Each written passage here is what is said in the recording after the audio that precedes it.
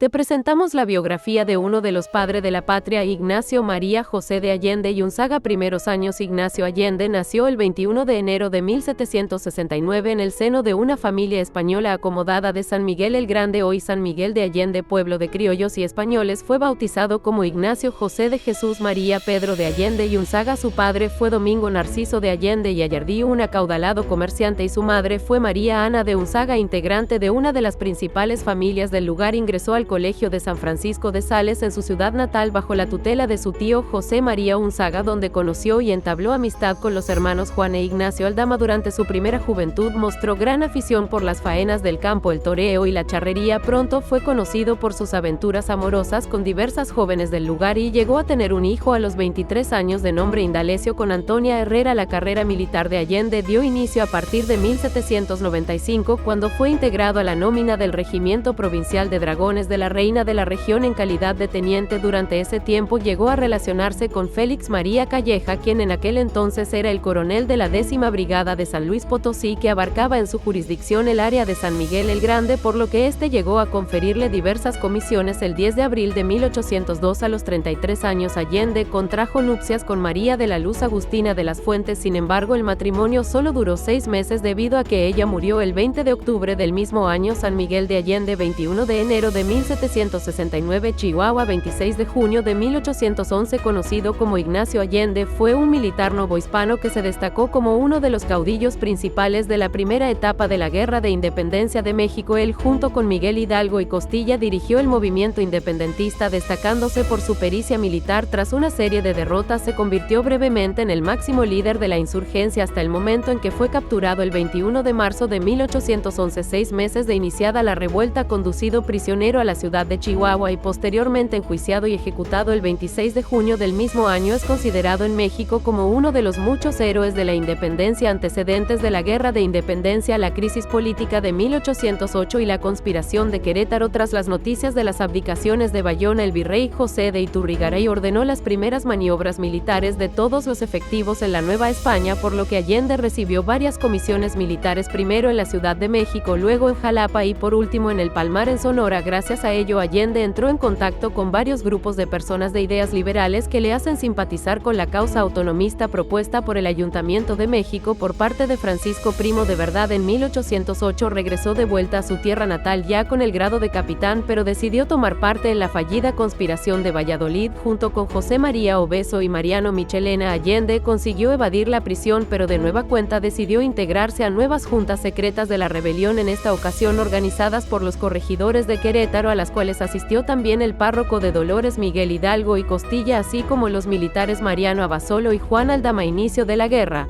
1810 a 1812. Primeros movimientos. Originalmente el movimiento de independencia iba a ser encabezado por Allende y Aldama, pero una delación inoportuna cambió los planes y fue Miguel Hidalgo quien finalmente tuvo que dar inicio a la lucha. El 16 de septiembre, en el poblado de Dolores, tras la proclamación del famoso grito, los antiguos conspiradores cerraron filas en favor del cura y, tras asegurar el pueblo de Dolores y arengar a la población, decidieron marchar con rumbo a Guanajuato. En el camino, el creciente ejército insurgente entró triunfante a San Miguel el Grande, donde Allende consiguió el apoyo de sus habitantes y que la gran mayoría de los miembros del Regimiento de la Reina se uniesen al movimiento. Durante su estancia en su pueblo natal, Allende reprimió con especial dureza a varios miembros del populacho que amenazaban con saquear negocios y provocar desmanes, lo que le valió la censura del cura y el inicio de la primera de varias rencillas que se irían desarrollando a lo largo de la contienda. El 21 de septiembre, en la ciudad de Celaya, los dos cabecillas principales del ejército, Hidalgo y Allende, fueron nombrados oficialmente como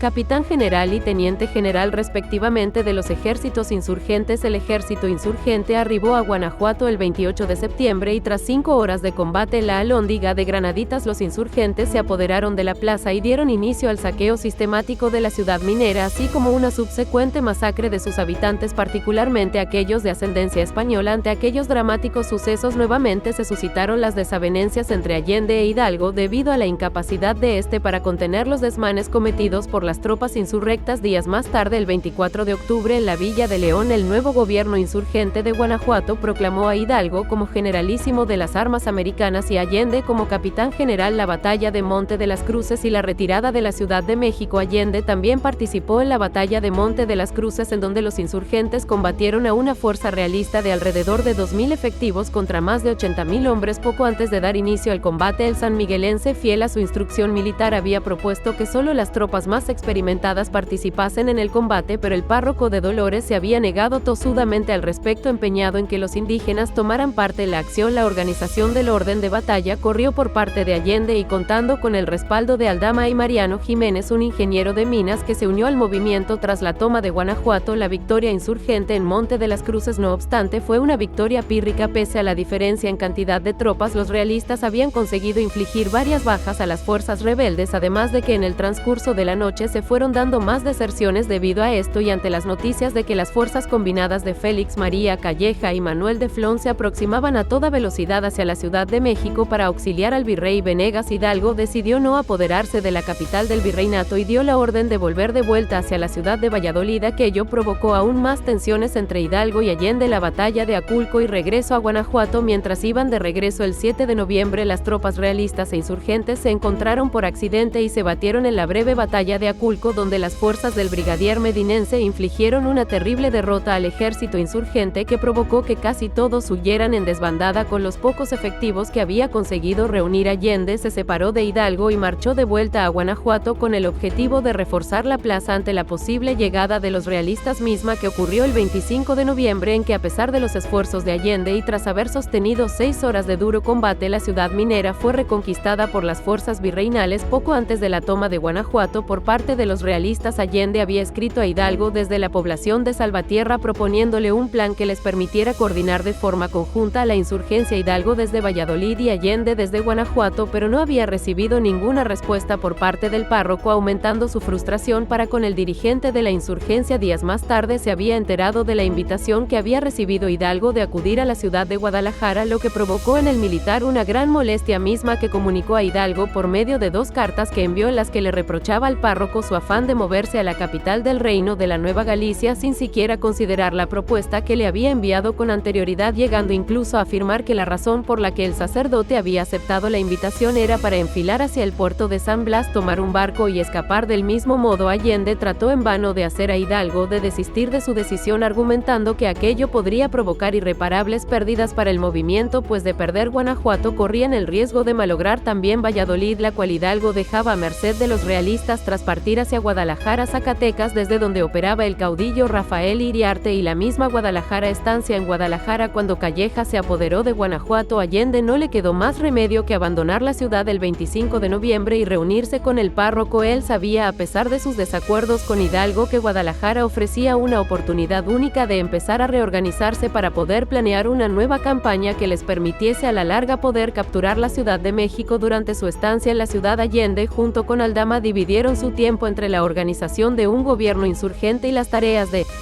disciplinar a la creciente tropa dentro de la ciudad de Guadalajara. Se volvió a gestar otro nuevo episodio de tensión entre Hidalgo y Allende cuando este último se enteró de las masacres de españoles que se estaban llevando a cabo por órdenes del generalísimo en las Barranquitas, localizadas a espaldas del Hospital de Belén. Al saber lo que estaba sucediendo, Allende contempló la posibilidad, junto con otros insurgentes, entre ellos su hijo Indalecio y el sacerdote Francisco Severo Maldonado, de envenenar a Hidalgo a fin de terminar con las masacres. Sin embargo, Severo Maldonado le hizo desistir de aquella idea. Una de las 2 insignias gemelas de Ignacio Allende, la del águila mexicana capturada por Félix María Calleja durante la batalla de Puente de Calderón en la Guerra de Independencia, fue regalada al rey Fernando VII como trofeo de guerra en 1814 y repatriada con motivo de los festejos del bicentenario de la independencia de 2010. Puente de Calderón, al estar recibiendo constantes noticias acerca de los movimientos de Calleja, quien se aproximaba a Guadalajara siguiendo la ruta de León a San Juan de los Lagos, hecho que sucedería el 6 de enero enero, los altos mandos insurgentes celebraron una junta de guerra el 10 de enero para acordar la estrategia más adecuada para combatir a los realistas una vez más, como sucedió cuando la víspera de Monte de las Cruces la junta quedó polarizada en dos opiniones opuestas. Por un lado se encontraban las propuestas de Allende, Aldama y el resto de los militares de carrera, quienes proponían retirarse de Guadalajara y entregar a Calleja la plaza, en tanto que en lugar de arriesgar toda la tropa en una sola acción era mejor dividirla en 6 o más fracciones que hostigarían al enemigo y retirarse a Querétaro o capturar Zacatecas, en tanto que Hidalgo, confiado en la superioridad numérica y aprovechando la gran influencia que ejercía sobre el resto de los mandos insurgentes, propuso salir y batirse contra los realistas, confiando erróneamente en que contaría con la ayuda del caudillo insurgente Rafael Iriarte, a quien se le había encomendado mandar sus tropas desde Zacatecas para su auxilio. Una vez más a Allende no le quedó más remedio que acatar las órdenes del generalísimo y fijar la fecha de salida de la ciudad para el 14 de enero de 1811. Tras enterarse de que las tropas de Calleja habían vencido a una avanzada insurgente en Urepétiro, ubicado a unos 19 kilómetros de Zamora, los insurgentes apresuraron el paso hasta llegar a Zapotlanejo el día 15 de enero para llegar y levantar el campamento en las cercanías de Puente de Calderón el día 16, un día antes del combate. Allende, pese a las reservas que tenía con respecto al estado actual de las tropas insurgentes que tenía a su mando, quedó como el comandante general de todo el ejército y se encargó de organizar las posiciones que tomarían las tropas para el combate y los líderes que quedarían al mando de cada una de ellas. José Antonio El Amo Torres quedó a cargo de una gran batería de 67 cañones de diversos calibres. 12 columnas de infantería encargadas de custodiar la batería quedaron bajo el mando de Aldama, la caballería insurgente a cargo de Abasolo y una fuerza insurgente posicionada por delante del puente a cargo de Miguel Gómez Portugal. En el punto más álgido del combate, Allende ordenó disparar todas las 67 piezas de artillería, lo que provocó un incendio que abarcó buena parte del terreno debido a la sequedad del pasto, haciendo que el humo cortase la visibilidad de las fuerzas insurgentes. Debido al viento que soplaba en dirección hacia ellos, el incendio provocado alcanzó los cajones y cartuchos de pólvora que las fuerzas insurrectas llevaban consigo, soltando explosiones que mataron e hirieron a muchos, lo que desató una desbandada general que los realistas aprovecharon para finalmente derrotar a los insurgentes tras casi 6 horas de combate. Últimos días, arresto y muerte. Tras la derrota en la batalla del Puente de Calderón, los insurgentes emprendieron la huida con rumbo hacia Aguascalientes. El 24 de enero, en la hacienda del Pabellón, Allende, junto con otros altos mandos de la insurgencia, exigieron la renuncia de Hidalgo como cabeza del movimiento y quedara el propio sanmiguelense como el nuevo líder del mismo. Tras momentos de tensión, Ignacio López Rayón, secretario de Hidalgo, propuso como solución que el párroco conservara el mando político, en tanto que Allende tendría el mando militar. No obstante, en la práctica el liderazgo del cura solamente tuvo un carácter simbólico y Allende se convirtió de facto en el único líder de la insurgencia, mientras que Hidalgo fue reducido de forma gradual y discreta a la calidad de prisionero por parte de sus propios colaboradores, estando en Zacatecas con un ejército diezmado.